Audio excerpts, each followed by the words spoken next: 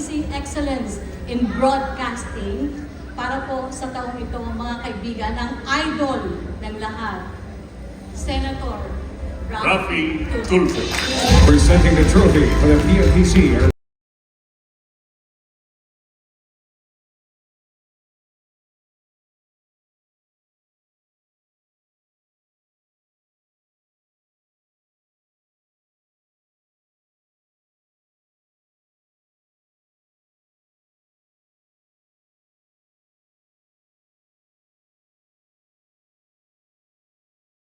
Bigla ako nagkaroon ng stage prize at dami-dami papuri na binigay niyo. Maraming salamat. Isa sa mga idol ko po sa broadcast, si Mr. Ray Langit. And of course, ang walang kapupas-kupas na dating po kasamahan sa PTG4, si Miss Rocky Ignacio. Natatanda mo pa yung meron tayong tandem noon, Rocky, Raffy. No, nandito ulit tayo dalawa. No. Temporary lang yung senator. Raffy is okay. Anyway, magandang gabi po muna sa inyong lahat. At hello. Bago ang lahat, nais ko pong pasalamatan natin Panginoon para sa parangal na ito. And of course, ang bubuo ng PMPC, Philippine Movie Press Club, dahil po sa pagdawat sa akin ng award na ito, prestigyosong award na ito. And of course, nais ko po rin po pasalamatan ang bubuo ng programa ko Wanted sa radyo. Una po dyan, I'm sure kilala niyo po ito, si Miss Odette Molina. Palagi po siyang kita sa aking programa. And I'm truly very overwhelmed with joy receiving this award tonight. Precisely because it coincides with the 24-year anniversary of my radio program Wanted sa Radyo. January of 1998 when it all started. Wanted sa Radyo. Noong mga panahon na yon, ang tinutugis po ng aking programa ay yung pong mga pusakal kung tawagin. Yung pong mga halangang kaluluwa, sangkot po sa mga karumaldumal na krimen na pinaghanap po ng batas. Later on, yun po ay nag-branch out. At tinutugis na po yung mga abusadong amo na hindi po nagbibigyan ng tamang pasweldo, ang mga mapang-aping mga opisyal sa gobyerno, kawali sa gobyerno, mga loko-loko at mapagsamantala.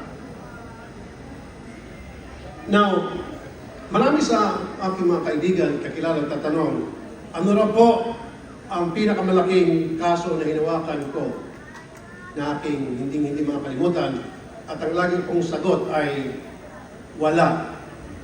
Wala po kasi wala po sa bokabularyo namin ang salitang maliit o malaking kaso. Lahat ng kaso, basta dito mo ang ayabi pong inaksyonan sa abot po ng aming makakaya. And we put, if necessary, our name and even life on the line para lamang po mabigyan solusyon ang mga problema inilalapit sa amin.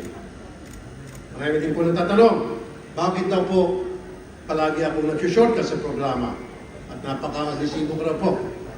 Ang aking sagot, sapagkat ang magpupunta po sa aking programa ay mga maliliit na mga kababayan natin na pinaikot-ikot na po kung saan-saan.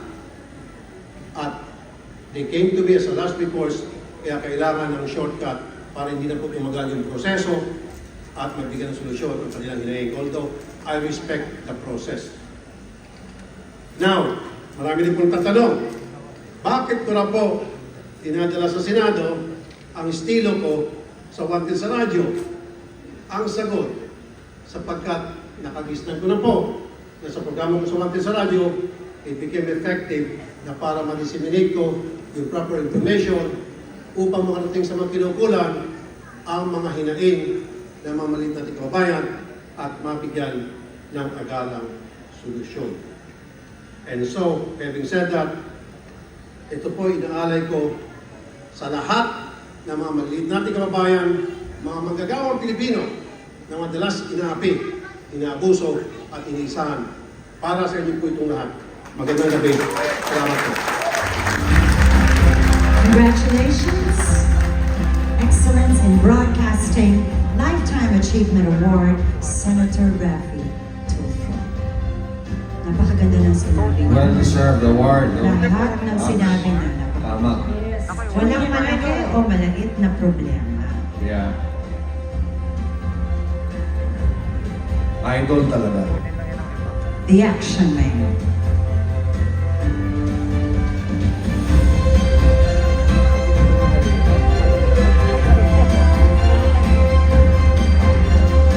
Moving on to the next Lifetime Achievement Award. This award is in honor of a great director